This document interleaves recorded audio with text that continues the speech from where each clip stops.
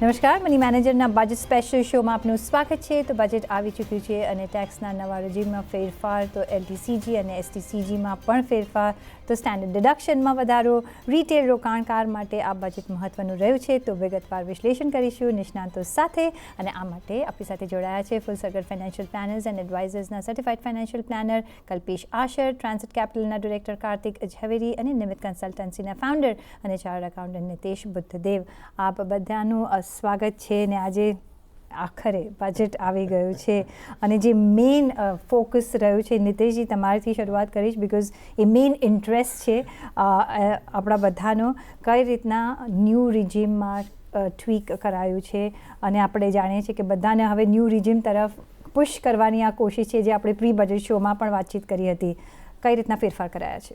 પ્રીતિજી, બહુ smart budget હતું. આપણા એફએમએ એક પોકેટમાં પૈસા નાખ્યા અને બીજા પોકેટમાંથી કાઢી લીધા છે. સો આપણે પહેલાં પોકેટમાં પૈસા ક્યાંથી આવ્યા છે એની વાત કરીએ. આપણે જ્યારે ન્યૂ રિજીમની વાત કરીએ છીએ તો ન્યૂ રિજીમને ટ્વીક કરવાનું છે, એને વધારે બેનિફિશિયલ કરાયું છે. તો જે 50,000 રૂપિયા સુધીનું જે સ્ટાન્ડર્ડ ડિડક્શન મળતું હતું એને વધારીને કરાયું છે 75,000. એની સાથે જ તે જે સ્લેબ રેટ હતો, જે 0 to 3 લાખ કોઈ ટેક્સ નથી લાગતો, 3 to 6 5% ટેક્સ ભરવાનો હતો, એમાં 3 to 7 કરવામાં આવ્યું છે. તો લગભગ જે 1 લાખ રૂપિયાનો જે સ્લેબવાળા પર્ટિક્યુલર ઓલામાં જે વધારો થયો છે એને લીધે લગભગ 5,000 જેવો ટેક્સ બચે છે. તો 0 to 3 નો tax nil, 3 to 7 5%, 7 to 10 10%, 10 to 12 12 to 15 આવી રીતના ચેન્જીસ થયા છે ને મોર દેન 15 30%. આની સાથે એક લાસ્ટ ચેન્જિંગ જે આપણે જોયો છે, જે બેનિફિશિયલ થઈ છે, કે જે આપણે એમ્પ્લોયર આપણે જે કોન્ટ્રીબ્યુટ કરે છે NPS માટે, જે 10% સુધીનો અલાઉડ હતું, જે NPS જે ન્યૂ રિજીમમાં મળે છે એને 10%થી વધારીને 14% કરાયું છે. જો આ બધાને આપણે આવરી લઈએ તો આ એક બેનિફિશિયલ થાય છે સેલરાઇડ માટે, જે આપણો ટેક્સ બચતો એવો દેખાય છે. પણ આની સામે ઓલ્ડ રિજીમમાં કોઈ પણ ચેન્જીસ નથી કરવાના. Old regime as it is, બધી જ વસ્તુ જે છે ઓલ્ડ રિજીમમાં એઝ ઇટ ઇઝ મેન્ટેન કરવાની છે. તો તેમ તમે કીધું એમ ફોકસ કરવાનો છે કે ન્યૂ રિજીમને વધારે એટ્રેક્ટિવ કરે. અરાઉન્ડ 2/3 પીપલ અત્યારે ઓલરેડી ન્યૂ રિજીમ ફાઇલ કરે છે, હજી અને અટ્રેક્ટિવ બનાવવા જઈ રહ્યા છે, અને જેને લાગે છે કે થોડો ટેક્સ ન્યૂ રિજીમમાં હજી બચશે. આપણને આપ્યું છે વધારે કે લઈ લીધું છે વધારે? હવે આવી છે વાત લેવા પર. આમાં જે પ્રીતિજી બીજો જોવા મળે છે એ કેપિટલ ગેઇનમાં ઘણા ખરા ચેન્જીસ થયા છે. તો સૌથી પહેલો જ્યાં એક પ્રોબ્લેમેટિક સૌથી કહી શકું કે મને લાગે છે કે જ્યાં એક હેમ્પર થશે ગ્રોથ, યા આપણે જે વાત કરી રહ્યા છે કે લોકોને આપણે ફાઇનલાઇઝેશન ઓફ સેવિંગ્સની વાત કરીએ છીએ, માર્કેટની વાત કરીએ છીએ, અને જે કદાચ માર્કેટને પણ નથી ગમ્યું, જે આપણે જોયું હતું, તો જે 10% ટેક્સ લાગે છે લોંગ ટર્મ કેપિટલ ગેઇન પર, એ વધારીને કરવાનો છે 12.5%. આમ ફિગર જોવા જઈએ તો પ્રીતિજી 2.5% લાગે છે, બટ આ 25% વધારો છે. જે તમે 10% લોંગ ટર્મ કેપિટલ ગેઇન ભરતા હતા ઇક્વિટી મ્યુચ્યુઅલ ફંડ પર 10%નો, એ વધારીને થઈ ગયો છે 12.5%. હા, આની સામે એક નાનો બેનિફિટ આપવામાં આવ્યો છે, જે 1 લાખ સુધીની જે ઇન્કમ આપણને એક્ઝેમ મળતી હતી long term capital gain mutual fund અને ઇક્વિટી પર, લિસ્ટેડ ઇક્વિટી પર, એમાં 1 લાખ વધારીને કરવાના છે 1,25,000. તો 1,25,000 સુધી તમારે કોઈ ટેક્સ ભરવાનો નથી લોંગ ટર્મ કેપિટલ ગેઇનમાં. સો આ એક ચેન્જીસ છે. આગળ હવે વાત કરીએ, કારણ કે થોડું બ્રીધર લઈ લઈએ, કારણ કે લઈ લીધા પછી થોડું મૂડ એ જતો રહે છે. પણ મેક્રો પોઈન્ટ ઓફ વ્યૂ, કલ્પેશભાઈ, it's been a good budget. જે ગ્રોથ સ્ટોરી અને જે ગ્રોથ રિફોર્મ્સમાં આ સરકાર માને છે, કન્ટિન્યુટી એક રાખી છે.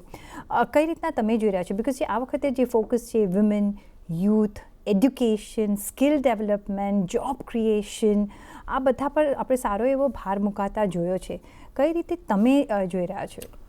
સો પ્રીતિ, આજે 11 વાગ્યાથી કરીને 1 વાગ્યા સુધી આઈ થિંક એટલીસ્ટ મારા હિસાબે તો મેં એક મૂવી જોઈ, કભી ખુશી કભી ગમ. કે પહેલું 1 કલાક જે હતો એ જે તમે કીધું કે મેક્રો પર જે ભાર અપાયો છે, અને આઈ થિંક બ્રિલિયન્ટ થિંકિંગ એ લોકોએ કરી છે. અને લિવિંગ અસાઇડ ધ પોલિટિકલ ઓવરટર્ન્સ, આપણે એમાં વાત નથી કરવી, બટ જે પગલાં લેવાયા છે અને જે રીતે આખું પ્રેઝન્ટેશન અપાયું છે અને એક બારીકીને જોવામાં આવી છે, અને જે 4 સ્તંભ જે તમે કીધા કે જે ગરીબો માટે, જે ખેડૂતો માટે, વિમેન માટે, એમ્પ્લોયમેન્ટ માટે અને યુથના આપણે કહીએ કે સ્કિલિંગ, જે આગળ વધીને એ લોકોને એક બૂસ્ટ આપવું છે, એના માટે જે મેજર્સ લેવાયા છે, I think those are brilliant. અને જે સેકન્ડ થિંગ, જે ઇન્ટરિમ બજેટમાં એ લોકોએ ઓલરેડી પ્રોમિસ કરેલી કે કેપેક્સ પર એ લોકો ભાર આપશે, એટલે કેપિટલ એક્સપેન્ડિચર પર, સેમ ચીજ એ લોકોએ હમણાં મેન્ટેન કરી છે. સો ધ માર્કેટને જોઈએ છે કન્ટિન્યુટી, અને એમાં કંઈ ફેરબદલ થયો નથી. સો લગભગ 11.11 લાખ કરોડનું જે એક સ્પેન્ડિંગ માટે એ લોકોએ મૂક્યું છે was a brilliant move. Defence માટે પણ આઈ થિંક સમ 1 લાખ કરોડ વધાર્યું છે ફ્રોમ ધ પ્રીવિયસ થિંગ. અને ઇન્ફ્રાસ્ટ્રક્ચર અને મેન્યુફેક્ચરિંગ પર આઈ થિંક પોસ્ટ બજેટ જેણે જોયું હશે, પ્રધાનમંત્રીએ ખાસ એક સંબોધન કરેલો બધાને કે એમાં ખાસ મેન્યુફેક્ચરિંગ પર હવે ભાર અપાશે. તો એ બધી ચીજોને તમે જુઓ.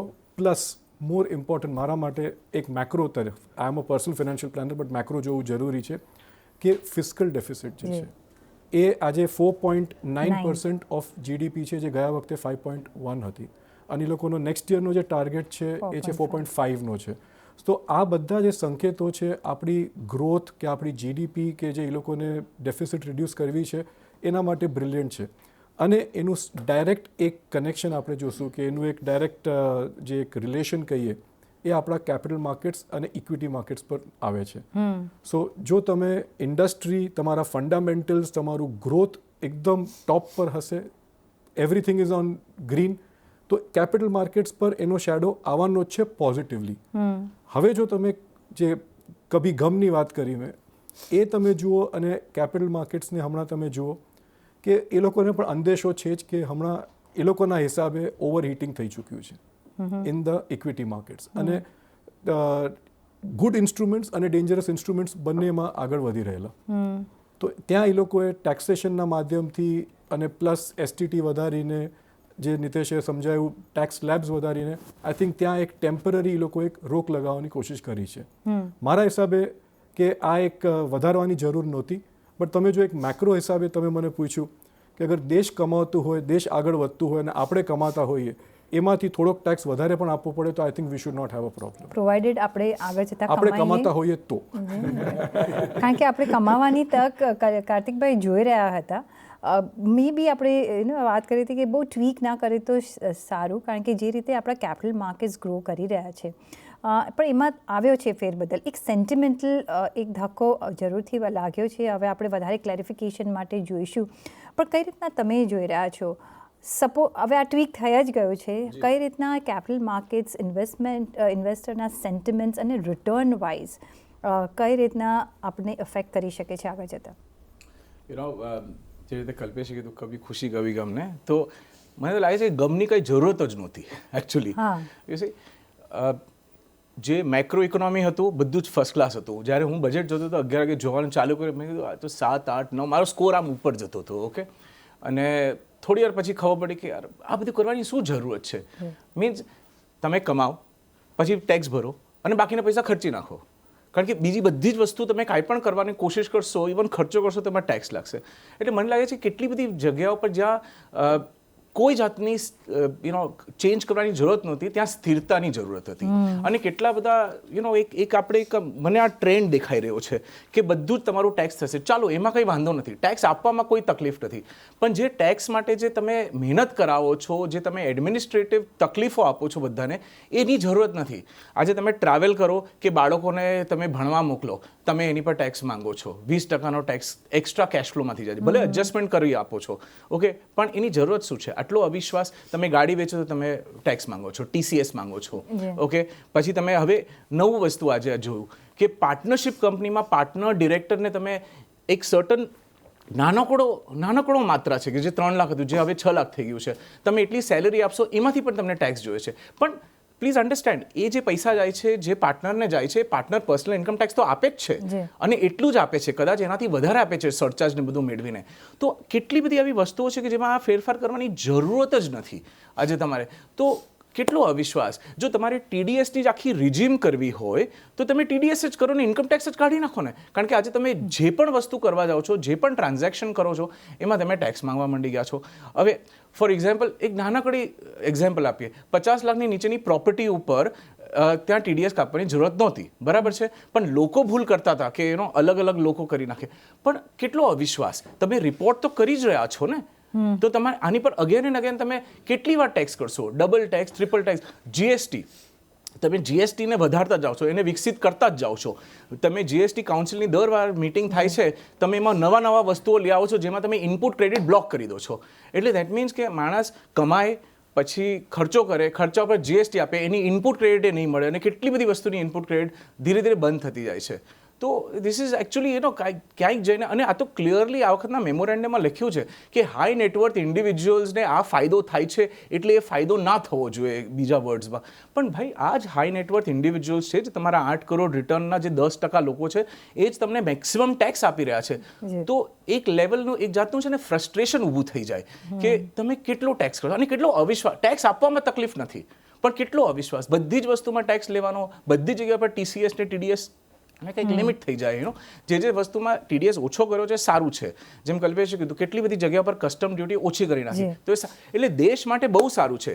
ઇન્ડિયા તો પ્રોગ્રેસ થશે જ, પણ ઇન્ડિયન્સ અત્યારે મારા ખ્યાલથી બહુ ડિસઅપોઇન્ટેડ છે, કારણ કે હવે પ્રોપર્ટી બે હિસાબ ટેક્સ આપવો પડે. શું પ્રોપર્ટીના ભાવ એટલા બધા વધી જાય છે કે ઇન્ડેક્સેશનનો બેનિફિટ મળ્યા વગર? એ ઇન્ડેક્સેશનમાં પ્રોપર્ટીમાં કેટલી પ્રોપર્ટીમાં મુંબઈ જેવા શહેરમાં તો લોકોને લોસ થતો હોય છે, અને એ લોસ તમે ઓફસેટ કરી શકો છો, આગળ ચલાવી શકો છો.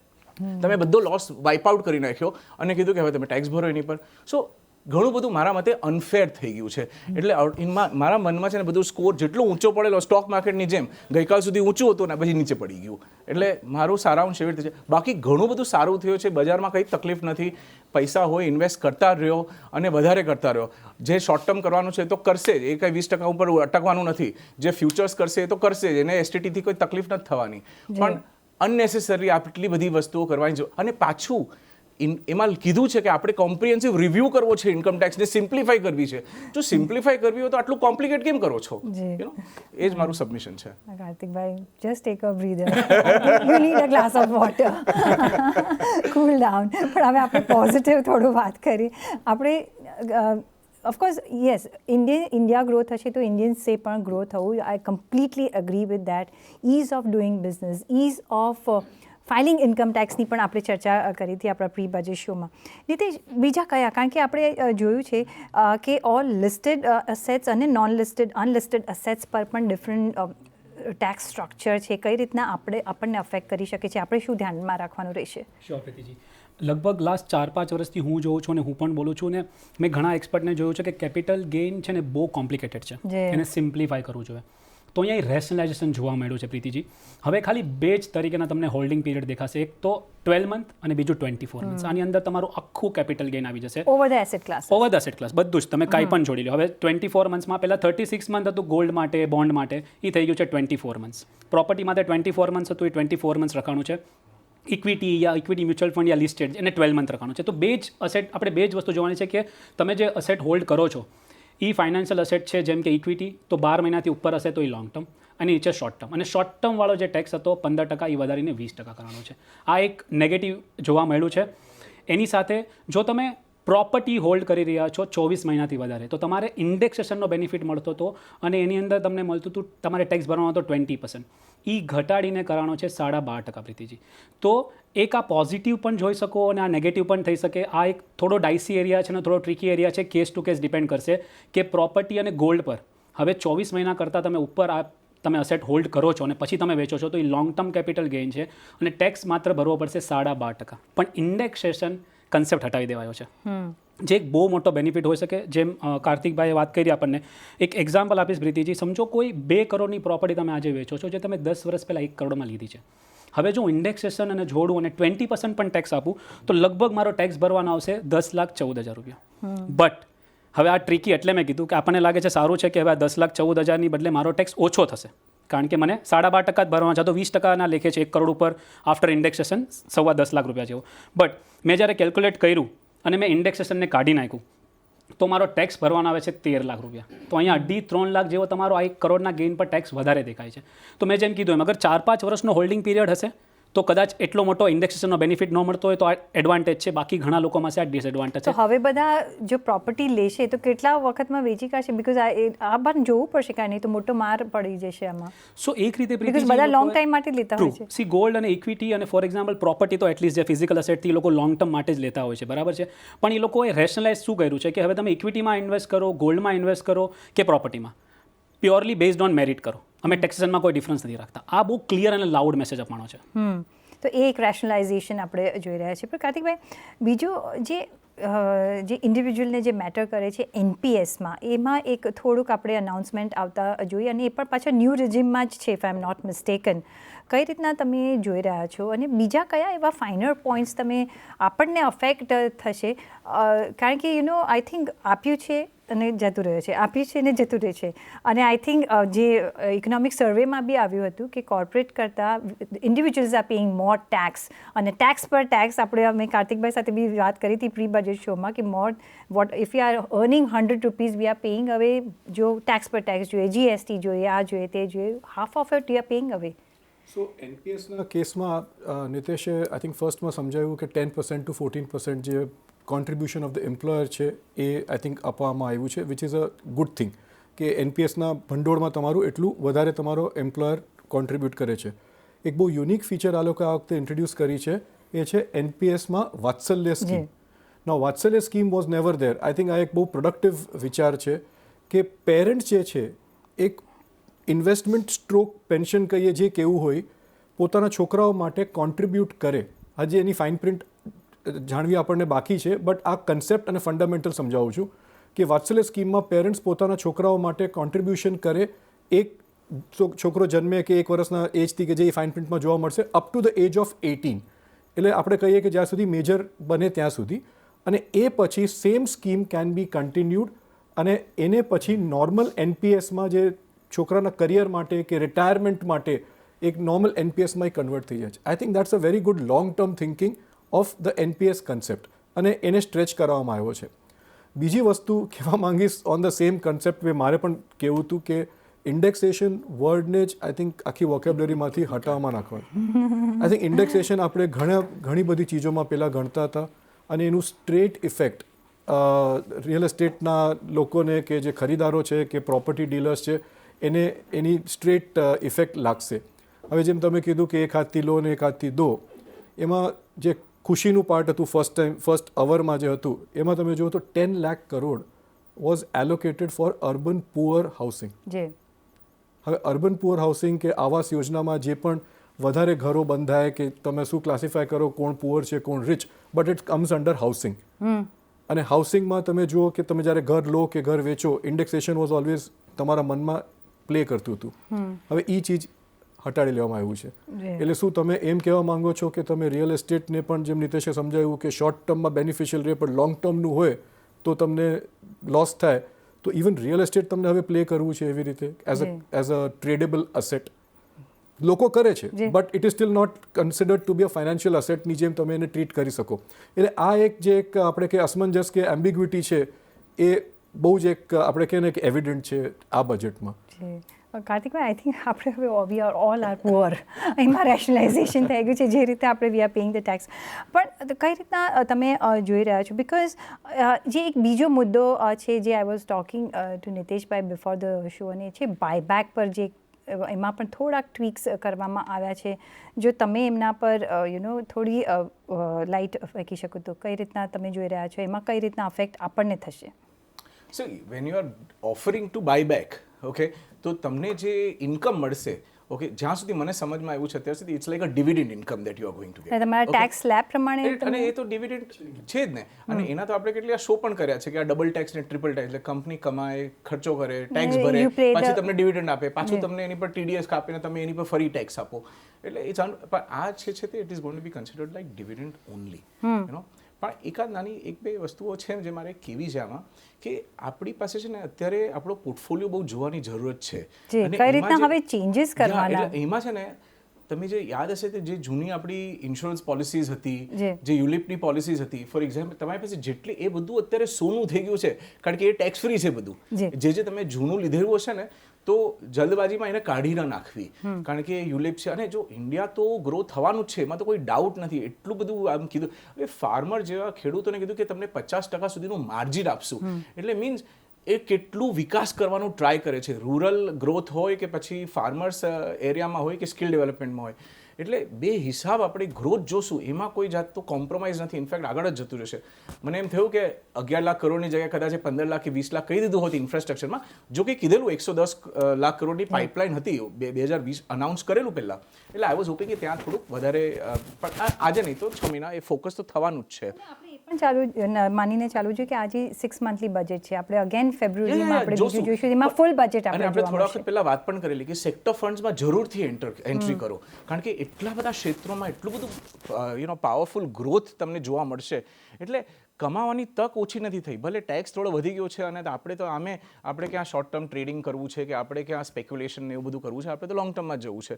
અને જે એ ટેક્સ 10% તેની જગ્યાએ 12.5% થશે, અને એ પણ તૈયારી રાખવી જ જોઈએ કે આજે નહીં તો કાલે નહીં તો પરમ દિવસે અલ્ટિમેટલી બધી જ ઇન્કમ ઉપર પૂરેપૂરો ટેક્સ ભરવો પડશે, કારણ કે એમાં કોઈ જાતનું શોર્ટકટ નથી. પણ સારો ગુડ ન્યૂઝ એ છે કે આપણું દેશ વધી રહ્યું છે, જીડીપી આગળ જતું રહ્યું છે, ફિસ્કલ રોડ મેપ દેખાડી દીધો કે 4.9 છે, પછી 4.5 થશે ને એમ કરતા આપણે અને એ રોડ મેપ પ્રમાણે જઈ રહ્યા છે 5.1 થી 4.9 અને 4.5 take that away from the government કે despite all the challenges we are on that growth trajectory, but a lot of things need not have been done on a personal side, but it's done now. But now you Let's can't do see anything, you just take it in a stride if and they move take forward. back it would be good. આપણે રાહ જોતા રહીશું. પણ સમય થઈ ગયો છે તો લાસ્ટ નિતેશ, તમે કેટલું રેન્ક કરશો આ 10 માંથી બજેટને? આપણે જ્યારે ઇન્ટરિમ બજેટ માટે મળ્યા ને તો મેં 10 આઉટ ઓફ 10 કીધું હતું, એમાંથી હું 2 પોઈન્ટ કાપી લઉં છું, 8 આઉટ ઓફ 10. અને આ ખાલી એક સૌથી મોટું રીઝન આપું, ઘણા બધા નાના રીઝન છે, બટ કેપિટલ ગેઇનને ટ્વીક નહોતું કરવું જોતું, એટલીસ્ટ લોંગ ટર્મ વાળું. શોર્ટ ટર્મ ઠીક છે 15નું 20 કર્યું, બટ આ 10નું 12.5 જે 25% ઇન્ક્રીઝ છે એ ઓવરઓલ લોકોના માઇન્ડમાં એક હેમ્પર કરી શકે, આ એક જે ઓવરઓલ ગ્રોથ છે એ થોડા હેમ્પર થઈ શકે. જી કલ્પેશભાઈ? 7 on 10. ઓકે. અને એનું મુખ્ય કારણ એ છે કે આઈ થિંક પિક્ચર અભી બાકી હૈ. હું પેસિમિસ્ટ નથી થવા માંગતો, બટ ઓન આપણે કહીએ ને બ્રોડ સ્પેક્ટ્રમ ગવર્મેન્ટનું જે આઉટલુક છે એ બ્રિલિયન્ટ છે for the country. So all 7 points which I'm giving for the macro. But જેમ કાર્તિકે કીધું કે હજી તો પિક્ચર ઘણું છે આપણે ઇન્ડિયામાં જોવાનું, બટ એની સાથે તૈયારી રાખજો કે આપણે ટેક્સ હજી ભરવા પડશે, અને ટેક્સથી આપણે મું નહીં ફેરવી શકીએ કે આ નથી કરવું મળે. કેમ કે અગર તમે જો આજે વર્ષમાં 50%ની ગ્રોથ કરો છો ઇક્વિટીમાં, જે લોકોએ લાસ્ટ યર જોઈ, આઈ ડોન્ટ થિંક તમને પ્રોબ્લેમ હોવો જોઈએ કે તમે 15 કે 20% ગ્રોથ આપો, કેમ કે દેટ ઇઝ અબનોર્મલ ગ્રોથ, એ હર વર્ષે તમને થવાની નથી. અને એક ખાલી પોઈન્ટ છે કે આ લોકોએ 12.5 પર હમણાં અટકાવ્યું છે, જે આપણે 10 થી 12, એકચ્યુઅલી લોકોના મનમાં 15 પણ હોઈ શકે. આ લોકોએ ખાલી હમણાં 6 મહિનાનું નેક્સ્ટ બજેટ આવે છે એટલે હમણાં 12.5 પર હમણાં એક એ લોકોએ રોક લગાવી છે. સો 7 on 10. જી કાર્તિકભાઈ, તમે કેટલું રેટિંગ આપશો? મારે છે ને એકચ્યુઅલી આપવું તો 9, પણ 8 કે 9, પણ એમાંથી છે ને આ બધું ટેક્સમાં આમ તેમ થયા પછી છે ને સીધું 5 ઉપર આવી ગયું છે. બહુ ડિફરન્સ છે. બહુ ડિફરન્સ થઈ ગયો છે. તમે ટેક્સ લાવો, જરૂરથી આપણે બધા ટેક્સ આપશું, પણ એ ટેક્સમાં તમને એટલો ફાયદો થવાનો છે તમને જો. અને આજે સવારે નિલેશ શાહે એક સ્ટેટમેન્ટ આપ્યું છે કે ગવર્મેન્ટને કદાચ 20 થી 30,000 કરોડ જ એક્સ્ટ્રા મળશે, એટલે શું એમાં તમારી તકદીર બદલાઈ જશે? શું દેશનું પ્રગતિ એટલી બધી થઈ જશે? પણ એની સામે એડમિનિસ્ટ્રેટિવલી કેટલી તકલીફ થઈ ગઈ. એટલે આટલું બધું ટેક્સમાં ફેરફાર કરવાની જરૂરત નહોતી, બધું જ સારું, સ્થિરતા જોતી હતી, જે સ્થિરતા તમે હલાવી દીધી કારણ વગરની. અને હવે શું કર્યું? હવે કોને ખબર 6 મહિના પછી શું થશે? ટેક્સ આપશું, જરૂરથી આપશું, પણ આ બધું ફેરફાર અને કારણ વગરનું ફેરફાર મારા હિસાબે થયું છે, એને કારણે 4 માર્ક કપાઈ ગયા. ઓકે, પણ હોપ આપણે એટલું બધું કમાઈએ અને નેક્સ્ટ બજેટમાં પાછું ના, પણ આપણે એટલું બધું કમાઈને I think we will pay the tax. આપણે એવું વિશ કરીએ કે we earn more so that we can pay this tax happily. પણ ઓન દેટ નોટ, નિતેશજી, કલ્પેશભાઈ અને કાર્તિકભાઈ, ઘણો આભાર તમારો અમારી સાથે જોડાવા બદલ, અને એ સાથે જ મને પણ આપશો રજા પર જોડાયેલા રહેજો CNBC બજાર સાથે. નમસ્કાર.